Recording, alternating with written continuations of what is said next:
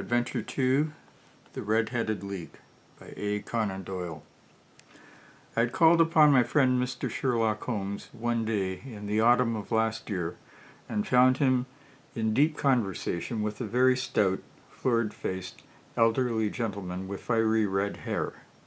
With an apology for my intrusion, I was about to withdraw when Holmes pulled me abruptly into the room and closed the door behind me.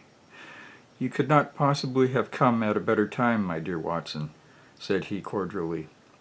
"I was afraid that you were engaged." "So I am. Very much so." "Then I can wait in the next room." "Not at all. This gentleman, Mr. Wilson, has been my partner and helper in many of my most successful cases, and I have no doubt that he will be of the utmost use to me in yours also."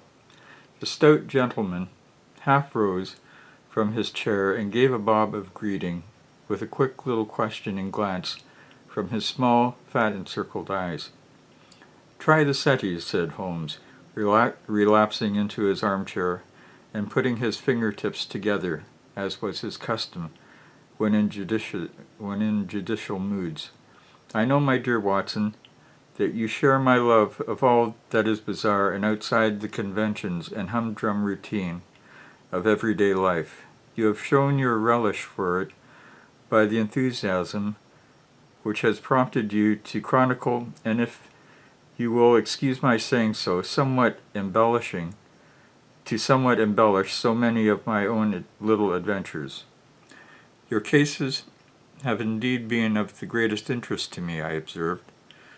"You will remember that I remarked the other day, just before we went into the very simple problem presented by Miss Mary Sutherland, that for strange effects and extraordinary combinations we must go to life itself, which is always far more daring than any effort of the imagination.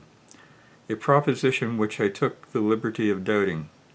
You did, Doctor, but none the less you must come round to my view, for otherwise I shall keep on piling fact upon fact on you, until your reason breaks down under them and acknowledges me to be right. Now, Mr. Jabez Wilson here has been good enough to call upon me this morning, and to begin a narrative which promises to be one of the most singular which I have listened to for some time. You have heard me remark that the strangest and most unique things are very often connected not with the larger but with the smaller crimes, and occasionally indeed where there is room for doubt whether any positive crime has been committed. As far as I have heard, it is impossible for me to say whether the present case is an instance of crime or not, but the course of events is certainly among the most singular that I have ever listened to. Perhaps, Mr. Wilson, you would have the great kindness to recommence your narrative.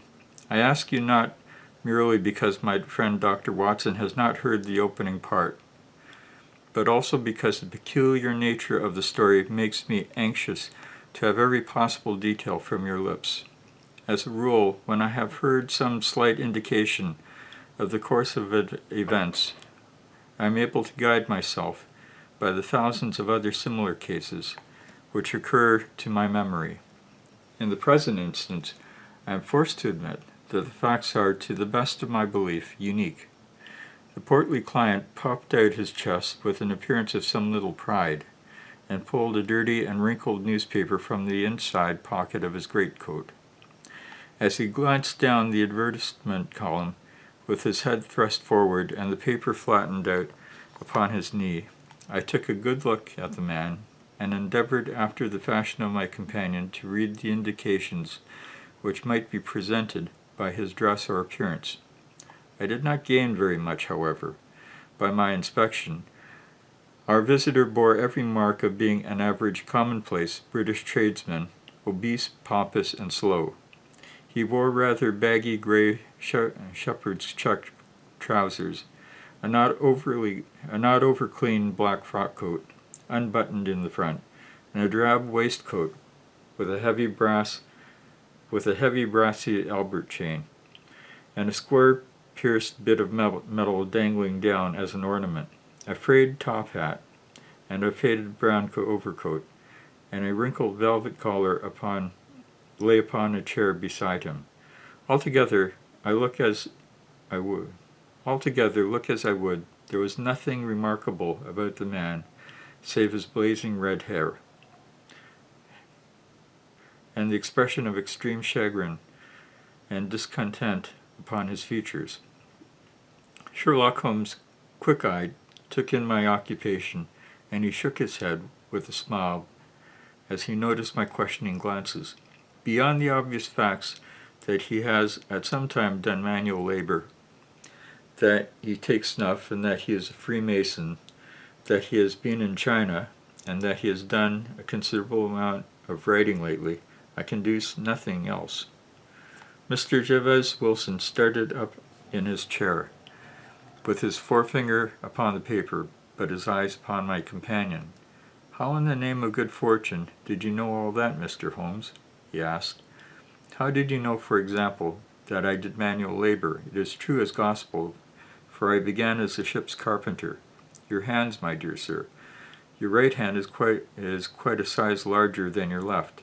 You have worked with it, and the muscles are more developed. Well, the snuff, then, and the Freemasonry. I won't insult your intelligence by telling you how I read especially as rather against the strict rules of your order, you use an arc and a compass breastpin. Ah, of course, I forgot that. But the writing? Well, what else can be indicated by the right cuff, so very shiny from 5 inches, and the left one with a smooth patch near the elbow where you rested upon the desk? Well, but China. The fish which you have tattooed immediately above your right wrist could only have been done in China. I have made a small study of tattoo marks, and have even contributed to the literature on the subject. That trick of staining the fish's scales of a delicate pink is quite peculiar to China. When in addition I see a Chinese coin hanging from your watch chain, the matter becomes even more simple." Mr. Jabez Wilson laughed heavily. "Well, I never," he said. "I thought at first that you had done something clever, but I see there was nothing in it after all." "I begin to think, Watson," said Holmes, "that I make a mistake in explaining. Omne ignotum pro magnifico, you know, and my poor little reputation, such as it is, will suffer shipwreck if I am so candid. Can you not find the advertisement, Mr. Wilson?" "Yes, I have got it now," he answered, with his thick red finger planted halfway down the column. "Here it is.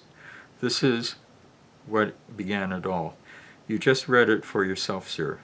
I took the paper from him and read as follows: "To the Red-Headed League. On account of the request of the late Ezekiah Hopkins of Lebanon, Pennsylvania, USA, there is now another vacancy open which entitles a member of the League to a salary of £4 a week for purely nominal services. All redded men who are sound in body and mind and above the age of 21 years are eligible. Apply in person on Monday at 11 o'clock to Duncan Ross at the offices of the League, 7 Pope's Court, Fleet Street." "What on earth does this mean?" I ejaculated after I had twice read over the extraordinary announcement. Holmes chuckled and wriggled in his chair as was his habit when in high spirits. "It is a little off the beaten track, isn't it?" he said. "And now, Mr. Wilson, off you go at scratch and tell us all about yourself, your household, and the effect which this advertisement had upon your fortunes. You will first make a note, Doctor, of the paper and the date. It is the Morning Chronicle of April 27, 1890, just 2 months ago. Very good. Now, Mr. Wilson."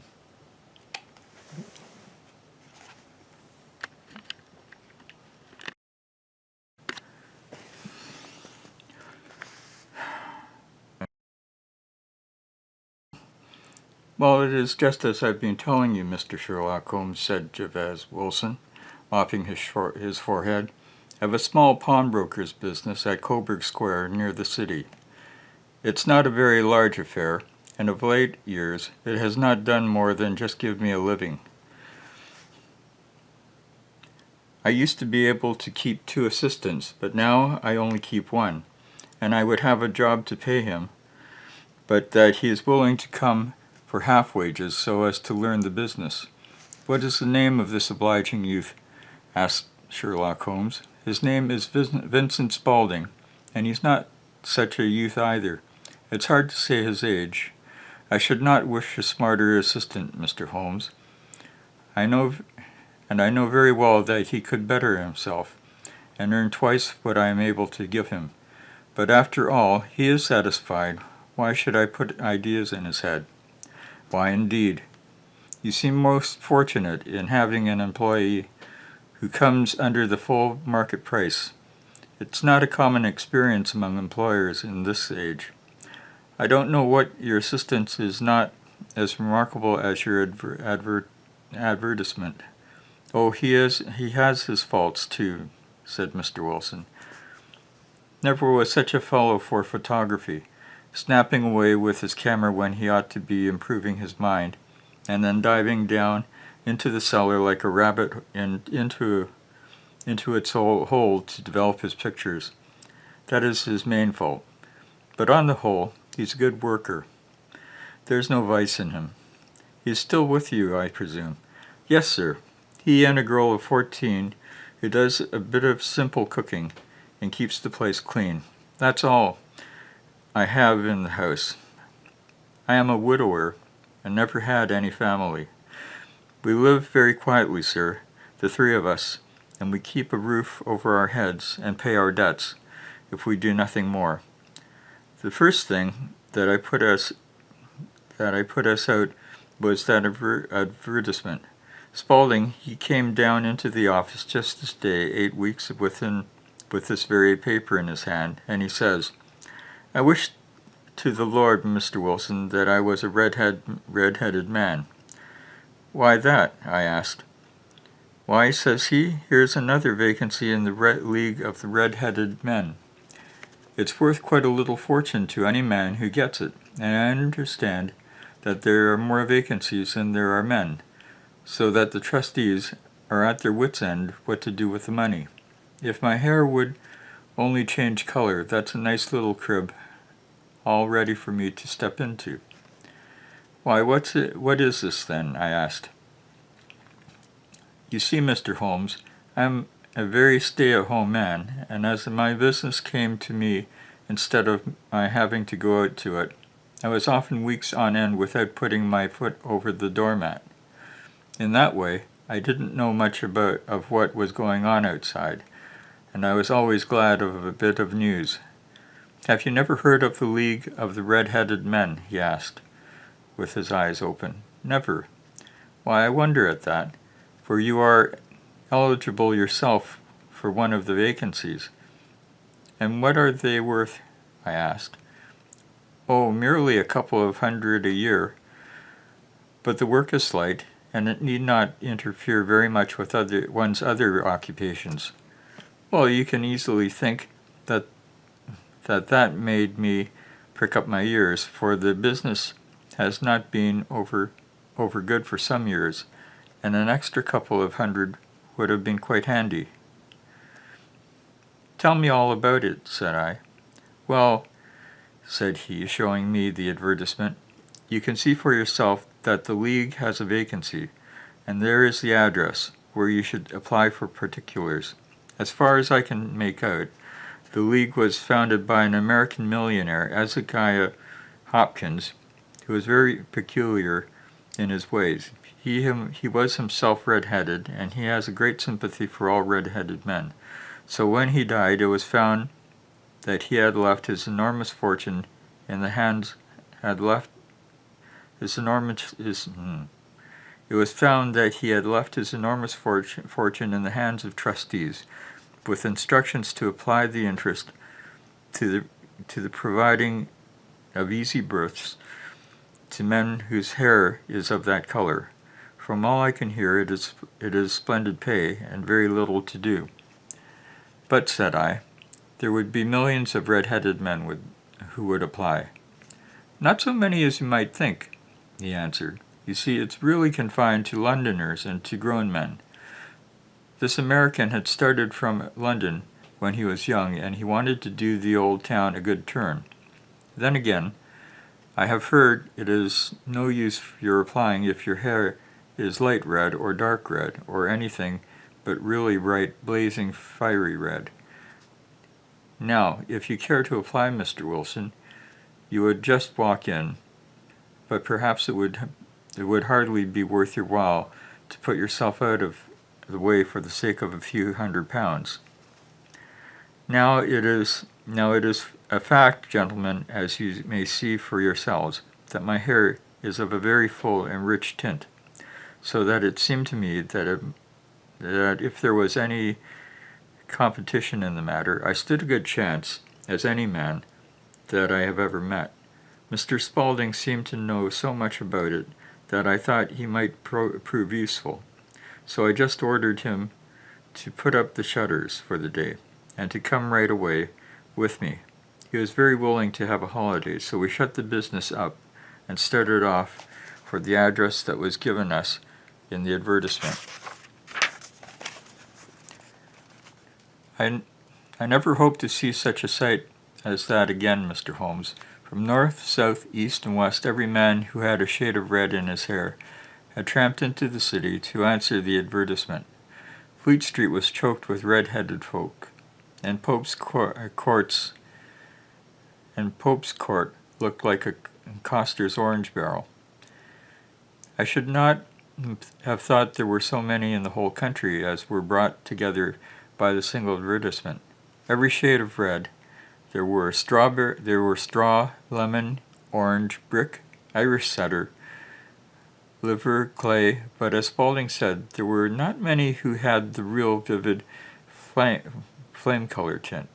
When I saw how many were waiting, I would have given it up in despair, but Spaulding would not hear of it. How he did it I could not imagine, but he pushed and pulled and butted until he got me through the crowd and right up to the steps which led to the office. There was a double stream upon the stair, some going up in hope and some coming back dejected. But we wedged in, and as well as we could, and soon found ourselves in the office. Your experience has been a most entertaining one, remarked Holmes, as his client paused and refreshed his memory with a huge pinch of snuff. Pray continue your very interesting statement. There was nothing in the office but a couple of wooden chairs and a deal table, behind which sat a small man with a head that was even redder than mine. He said a few words to each candidate as he came up, and then he always managed to find some fault in them which would disqualify them. Getting a vacancy did not seem to be such a very easy matter after all. However, when our turn came, the little man was much more favorable to me than to any of the others, and he closed the door as we entered so that he might have a private word with us. "This is Mr. Jabez Wilson," said my assistant, "and he is willing to fill a vacancy in the League." "And he is admirably suited for it," the other answered. "He has every requirement. I cannot recall when I have seen anything so fine." He took a step backwards, cocked his head on one side, and gazed at my hair until I felt quite bashful. Then suddenly he plunged forward, wrung my hand, and congratulated me warmly on my success. "It would be injustice to hesitate," said he. "You will, however, I am sure, excuse me for taking an obvious precaution." With that he seized my hair in both his hands and tugged until I yelled with pain.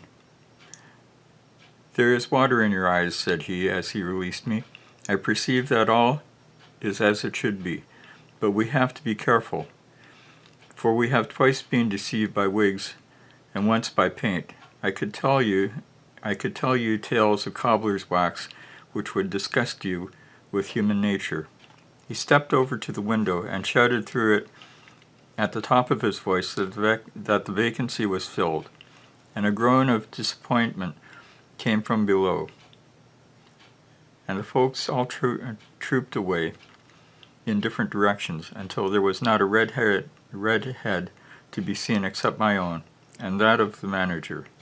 "My name," said he, "is Mr. Duncan Ross, and I am myself one of the pensioners upon the fund left by our noble benefactor." "Are you a married man, Mr. Wilson? Have you a family?" I answered that I had not. His face fell immediately. "Dear me," he said gravely, "that is very serious indeed. I am sorry to hear you say that. The fund was, of course, for the propagation and spread of the redheads, as well as for their maintenance. It is exceedingly unfortunate that you should be a bachelor." My face lengthened at this, Mr. Holmes, for I thought that I was not to have the vacancy after all. But after thinking it over for a few minutes, he said that it would be all right. "In the case of another," he said, "the objection might be fatal, but we must stretch a point in favor of a man with such a head of hair as yours. When shall you be able to enter upon your new duties?" "Well, it is a little awkward for me to have a business, for I have a business already," I said.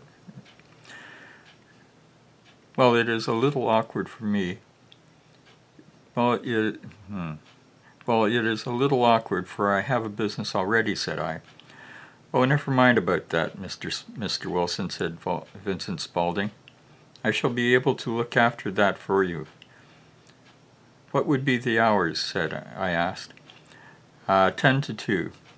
Now, a pawnbroker's business is mostly done of an evening, Mr. Holmes, especially Thursday and Friday evening, which is just before payday, so it would suit me very well to earn a little in the mornings. Besides, I knew that my assistant was a good man, and that he would see to anything that turned up.